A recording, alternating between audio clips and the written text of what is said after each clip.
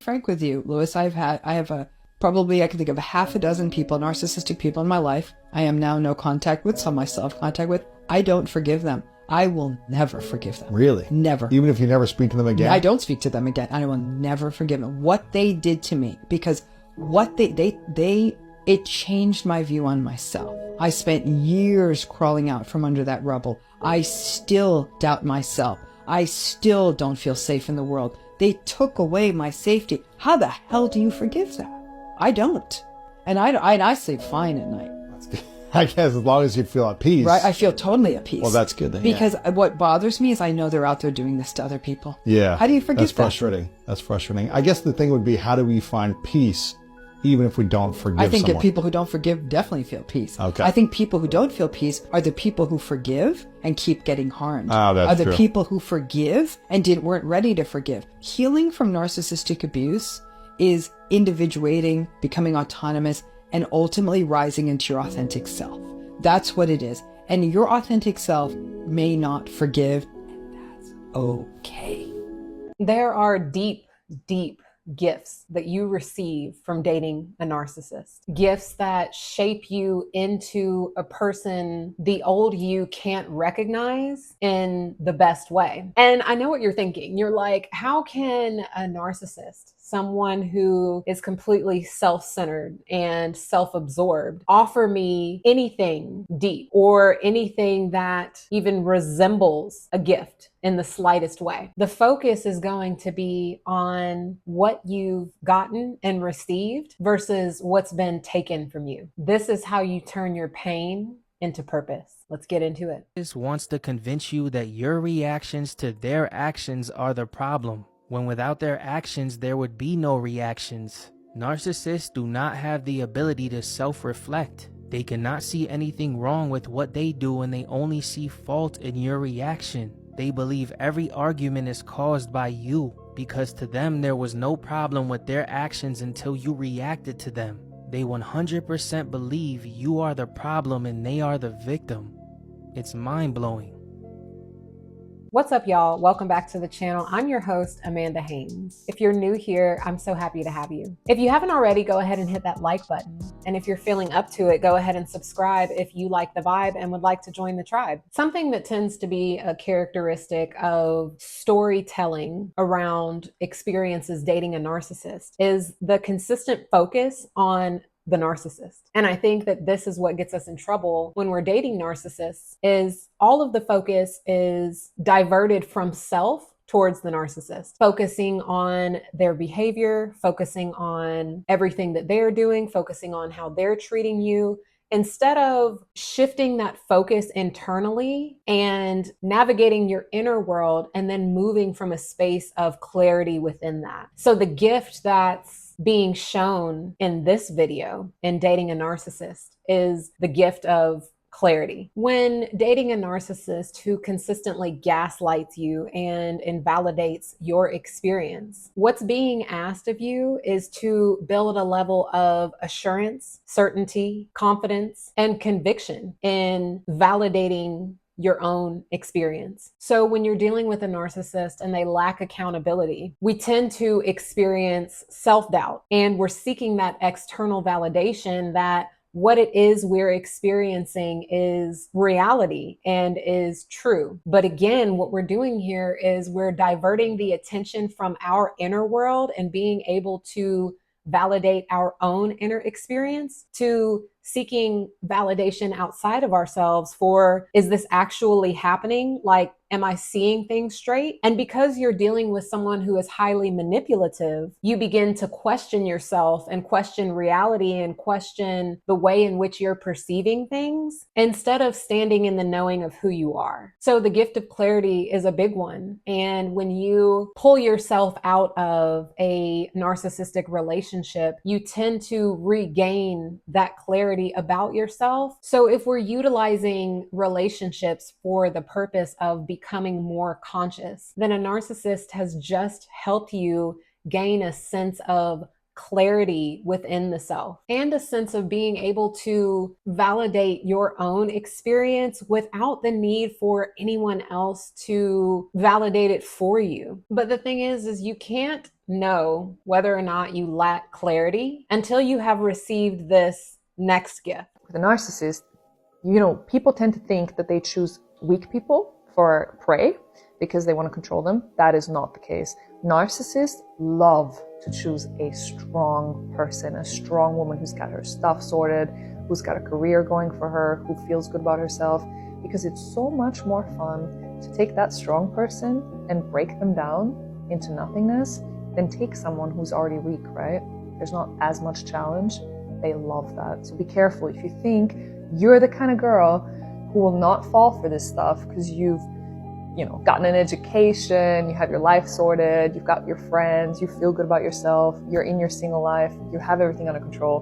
Be careful. Exactly you is who he's going for. Now, the gift that comes from what it is she's describing is an extremely subtle one that I think even went under the radar in her perspective that she shared in this video. And that's the gift of self-awareness. Now, the concepts that she described of like having your shit together, a degree, your own house, your own friends, you have it all together, right? These are all shallow concepts. One thing that dating a narcissist is going to help you with is your deeper self concept, this self-awareness of weak boundaries, poor self-worth, insecurities, poor self-regard, a negative self-image. These are all things that fly so beneath the radar that we don't recognize that these things exist until something happens, like us dating someone who treats us like shit, to come to discover what our self-concept actually is. In this society, we tend to confuse self-confidence and self-esteem with self-worth. So because I stand tall and care about my appearance and how I present myself to others, and I can walk into a room and I'm confident in my skill set to be able to perform any job or task. These are all concepts of self-confidence, which your self-confidence can be sky high and your self-worth be in the trash can, because your self-worth has nothing to do with all of those other concepts that I just described. Your self-worth is, do I believe I'm worthy if I have no skill set, if I can't perform any tasks, if I don't look good, if I am unhealthy, if I am in a situation where I can't provide anything or bring anything to the table, if I'm just a vegetable laying in a bed? Where is my self-worth when I have absolutely nothing to offer? And in dating a narcissist, you find that the things that you're willing to settle for, the behavior and the treatment that you're willing to endure, or pushing your boundaries back and moving the goalpost on what it is you're willing to accept in a relationship, is a direct reflection of how you see yourself on the level of self-worth. So this gift of self-awareness of your own self-worth is priceless and comes from a direct experience of dating a narcissist. So in choosing to stay with someone that is representative of a low self-worth, this next gift is a direct reflection of the willingness to endure being with a narcissist for an extended period of time. You can't set a boundary with a narcissist. It doesn't work. Well, they don't need to agree with your boundary in order for you to enforce it, but they aren't going to listen. That's my whole point here. I think we might be getting confused on a boundary versus a request versus a command. A boundary isn't, you can't speak to me like that, or even, please don't speak to me like that. A boundary is, if you speak to me like that, here's what I'm going to do. If you yell or call me names, I'm going to leave the conversation for 30 minutes. It's not about controlling them at all. We don't have control over what they say or do, right? But we can all agree that we should have control over our response and our reactions and how much access of ourselves we decide to give to another person, right? But they're just going to say that I'm punishing them. I mean, it seems kind of rude to just walk away. Isn't it funny how we're so concerned about how our words are going to affect them? We don't want to do anything that's seen as rude or disrespectful disrespectful, right? And yet they've never once considered how hurtful and disrespectful and punishing their words and actions are to us. Good point. I mean, when we talk about boundaries and communication, it's easy to think, well, that doesn't work with narcissists. Exactly. But it was never supposed to. Narcissists have no interest or capacity for mutual respect or consideration or empathy, right? Right. The question isn't, do those work on a narcissist? That answer is clear. The harder question to answer is, how much of my time, energy, and attention am I going to give to someone who has no desire for safety or emotional closeness or reciprocation in this relationship? I still think the only thing that works on a narcissist is going no contact. You want me to blow your mind? Going no contact is the perfect example of a boundary. They don't have to agree with it for you to enforce it. So often in relationships with narcissists, we try to control the other person. We try to control the dynamic of the relationship in an attempt to force it to work in our favor. And so we tend to do this by setting boundaries. So we say, stop doing this so I can feel better, instead of just choosing better candidates in the first place. What we come to realize being with a narcissist is we cannot control another person. And so instead of trying to force the relationship to work out or trying to control the outcome of how you're treated in this relationship, in dating a narcissist, you're given the gift of surrender. When we set a boundary, we have to surrender to the outcome of that boundary. We're really great at setting boundaries, but not so great at enforcing the consequences of those boundaries. So an example would be,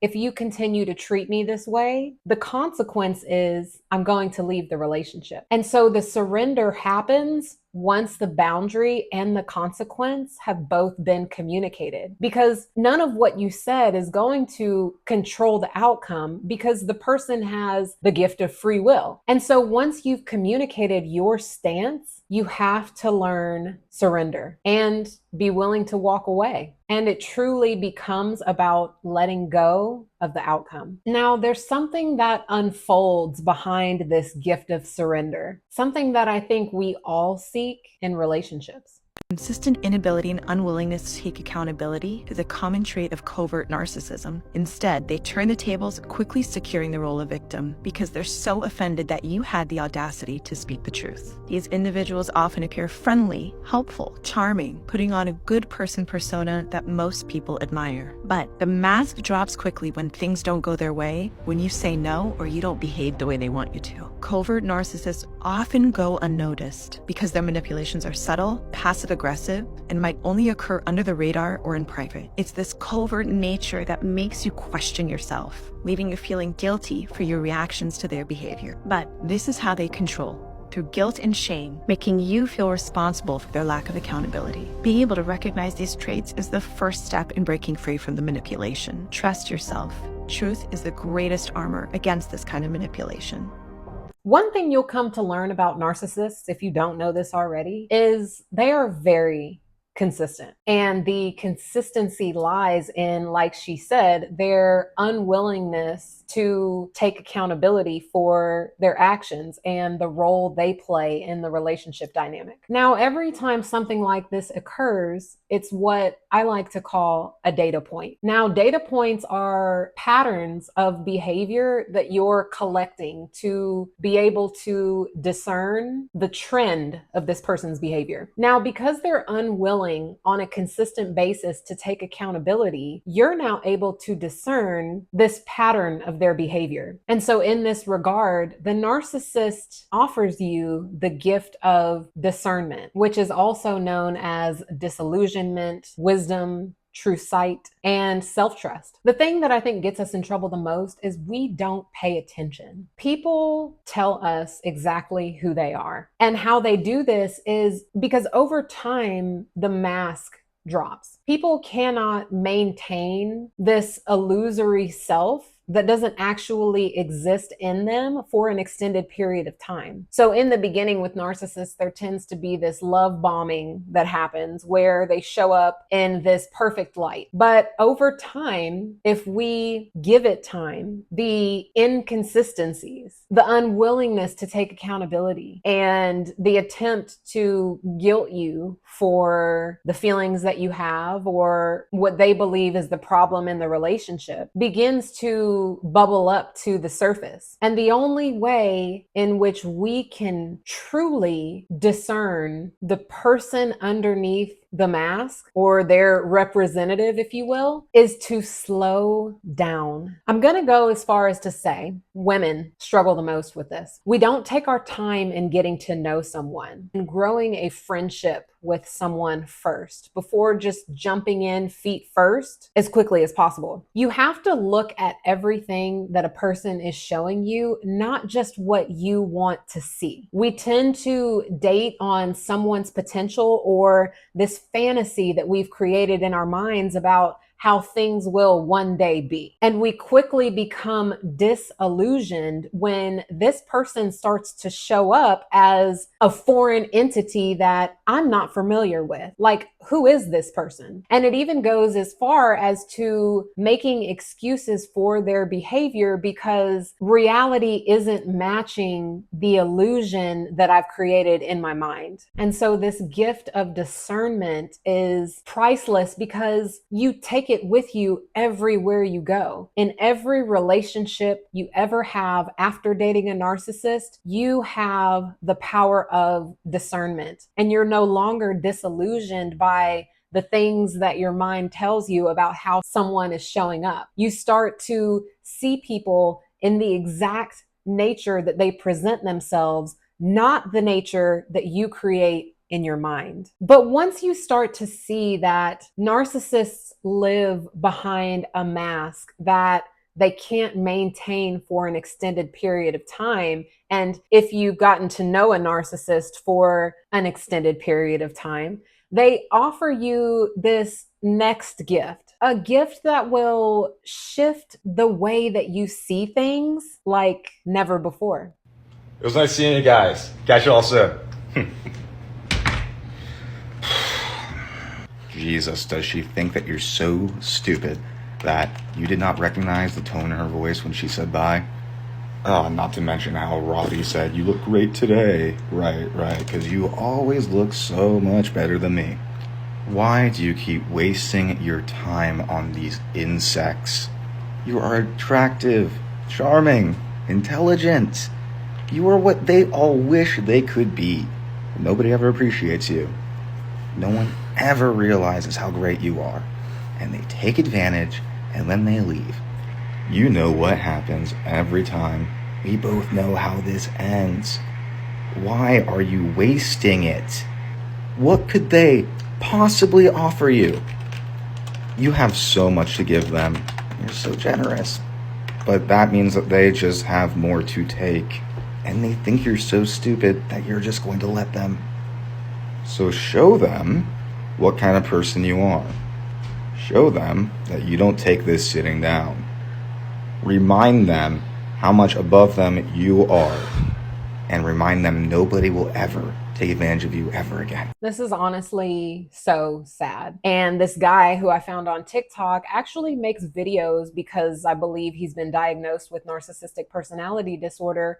He makes videos of an inside glimpse or an inside look of what it's like in the mind of a narcissist. And I know from my experience when I was dating a narcissist, I had no idea that this was the potential of mind chatter that was happening in his mind, because my mind doesn't work like that. Like, there's a lot of inner peace in here. And so to hear that this is the experience of a narcissist in their inner world, it's honestly a sad existence. And then you think, how does someone get to this point where their thoughts are consumed with so much negativity and darkness? Like, they must have had come from a childhood where they were completely neglected or abused, or you just don't really know the extent of what someone has to endure in their life to get to this point where they treat people like this. And there's always a saying that I like to refer to, and that's hurt people hurt people. So people who experience narcissistic personality disorder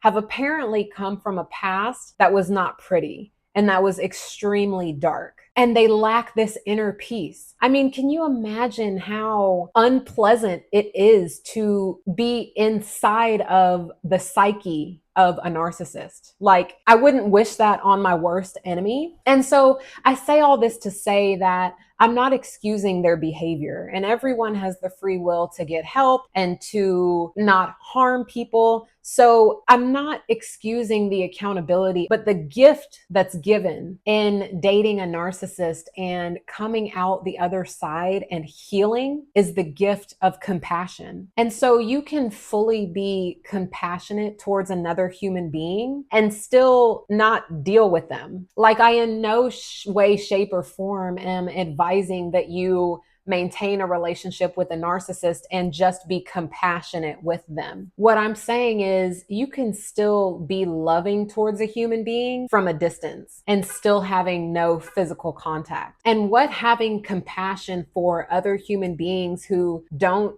behave in a way that you agree with is, it's truly you building compassion for yourself. So the gift of compassion is a big one, but it's a tough one to get to. And we all come to it in our own time. And it's also okay if you never find it. But there is a gift that isn't okay for you not to discover, especially if you're trying to remove yourself from a relationship with a narcissist. So if you break up with a narcissist or they discard you, do not take the bait.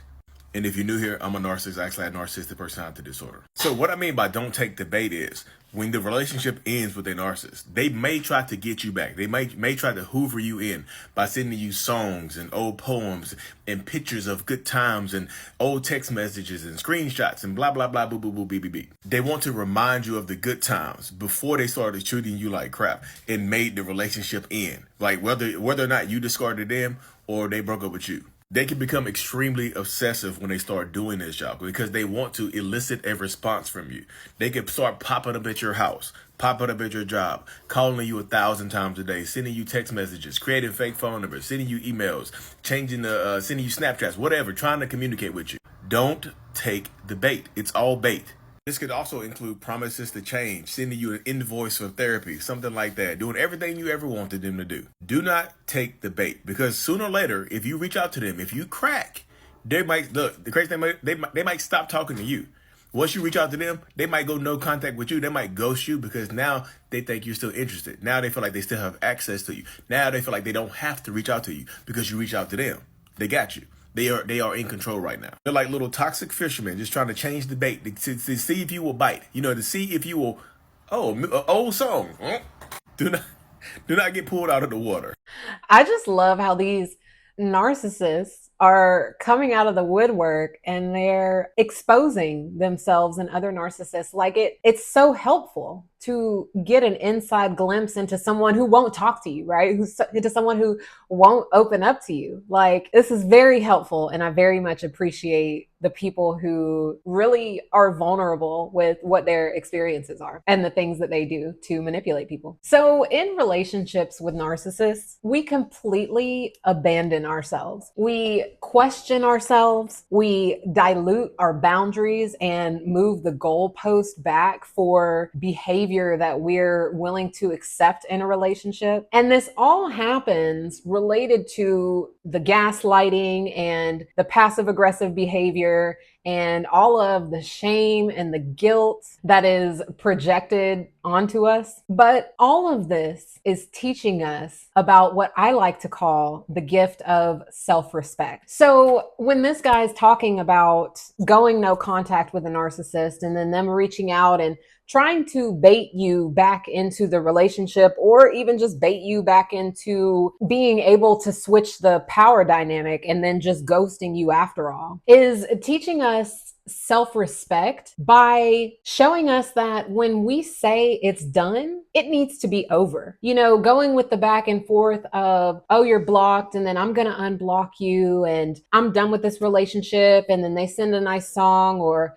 I miss you and I love you terribly, and then it reels you back in. You block their number, they call you from a different one. You know, all these tactics, all of this bait, what it's doing is it's testing your discipline. It's testing your inner fortitude, and it's testing your dignity. When you don't fall for the bait and you don't fall back into this trauma bond with this person, what you're telling yourself and what you're reinforcing within your own being is, I deserve to honor myself. I am going to do what I said I was going to do. I'm going to stick with what I said I'm going to stick with. I'm not going to succumb to the whims of someone who doesn't show up in a relationship in a way that nurtures me and pours into me. This is teaching you self-respect, because every time you go back on your word, every time you unblock them, every time you give a narcissist the ability to come in and to treat you less than what you truly deserve, you're directly disrespecting the self. And so the gift of self-respect is one that you absolutely deserve to give yourself. So this is part one of a two-part series of the gift of dating a narcissist. In this next video, we're going to talk about some even deeper gifts than the ones we've already discussed. If you haven't already, go ahead and hit that subscribe button and hit that little bell icon so that you get notified when part 2 drops of this series. Also, go ahead and like, comment, and share this video with someone who you think needs it. Thanks for watching, and I'll see you in the next video.